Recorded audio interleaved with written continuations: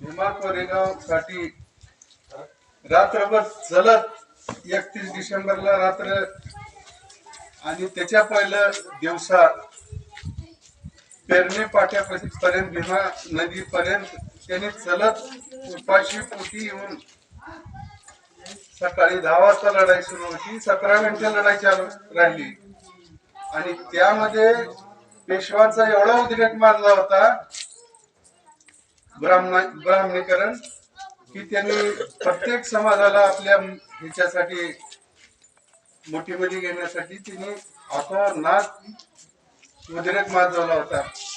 त्यांना नष्ट करण्यासाठी आणि त्यांना बिमोड करण्यासाठी एक उत्तर म्हणून ही भीमा कोरेगावची लढाई म्हणजे शूरवीरांची लढाई. त्याच्यात इंग्रज 500 महार होते आणि 300 इंग्रज सैनिक होते. असे मिळून टोटल त्याच्या समोरील सैनिक हे जवळपास 30,000 आलते. ज्यावेळेस घोषित केलं पेशवाईनं की 30,000 होते, त्याच्यामधले 2,000 पळून गेले. या 500 महारांना 300 इंग्रजाच्या या दास्तीला भेटून की हे मानणारे नाहीत म्हणून. का तर ते घोड्यावरले होते, त्याला पळायला ती घोडा जेवढा पळायला तेवढाच पळायचं होतं. तर त्यांना घाबरून 2,000 पेशवे पळून गेले आणि राहिले 28,000. त्या 28,000ला अंशच काही राहिलं नव्हता. ह्या जगण्यात काय आम्हाला अर्थ नाही या भावनेपोटी आपल्या महार सैनिक म्हणजे महार सैनिक ही इंग्रजांनी हे केलेले होते, भरती केलेले होते. आणि बाबासाहेबांचा इतिहास त्याच्या पहिलं सुद्धा होताच. महाराज जमिनीची स्थापना 1941 ला झाली. त्याच्या पहिले महार सैनिक इंग्रजांच्या बटालियन मध्ये होती, त्याची वेगळी हे होते नाव होत. तर त्यांनी असे धुमाकूळ घातले आपल्या महार सैनिकांनी की राहून काय आणि न राहून काय ह्याच्या पोटी त्यांनी भूकीच न ताण भूक सगळं सोडून चलत आले होते भीमा कोरेगाव पारणे फाट्यापाशी. तिथं रात्रभर जागले त्यांनी. ना खाणं पिणं तर त्यांना कोश दूर होत. अशा अवस्थेमध्ये त्यांनी 17 घंटे लढाई केली आणि त्या सैन्याला कांदा आणि मुळी जसं चिरत्यात तसं चिरून टाकले. 28 भागिले 500 केलं तर तिथे येतात 56. आणि तेव्हापासून हे 56चा आकडा तुझ्यासारखी 56 बघितला हे महार सैनिकांनाच दाखविल्यात. म्हणून महार सैनिकांनी 1918 बोला जोरात बोला. 1918 रोजी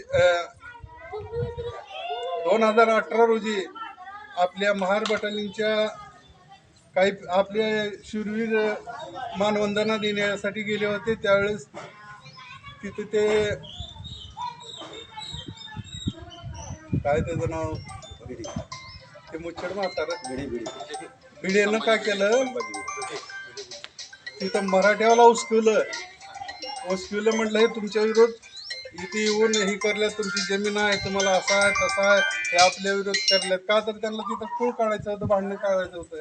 त्यांना लावून दिले आणि त्याच्यामध्ये आपले 3-4 पोरं मारले गेले. तर त्यावेळेस ते कमीत कमी 10 ते 15 दिवस चाललं. तिथं आपल्या सैनिकांना बिलकुल तिथं ठाम ठुकून हे केले. शेवटी आपल्यासारखं हक करून घेतलं तिथं. आणि 400 एकर जमीन होती. पेशवाई संपल्यावर हळूहळू ते माळवदकरला 400 एकर बाबा तू ह्या स्तंभाचं रक्षण कर, आम्ही तुला दर महिन्याला पगार देऊ शकत नाही, तर तू याचं रक्षण बी कर आणि 400 एकर मधलं जे बी उपचाव तू करून खा या हिशोबानं दिले होते. तर त्याच्यातली 200 एकर जमीन भीमा कोरेगावची आणि 200 एकर तुला दान हे सांभाळ. आतापर्यंत त्यानं सांभाळलंय, पण ती 400 एकर जमीनच माझी आहे म्हणाले त्यानं. तिथं गाव वस्ती बनले, आता काय तेवढं ते काढता येत नाही काय नाही. तिथं वस्ती झाली चांगली मोठी.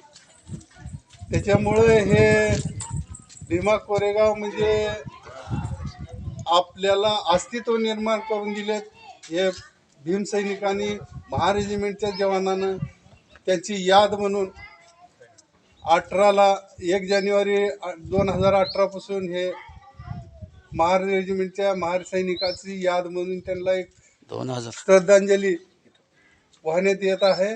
आणि त्यांचं जोपर्यंत सूर्यचंद्र राहतील तोपर्यंत महार सैनिकाचं महार रेजिमेंटचं अस्तित्व कायम राहील. आणि त्यांच्यासाठी आपण भावपूर्ण श्रद्धांजली वाहिली. सगळ्याचे धन्यवाद. जय भीम. जय भीम.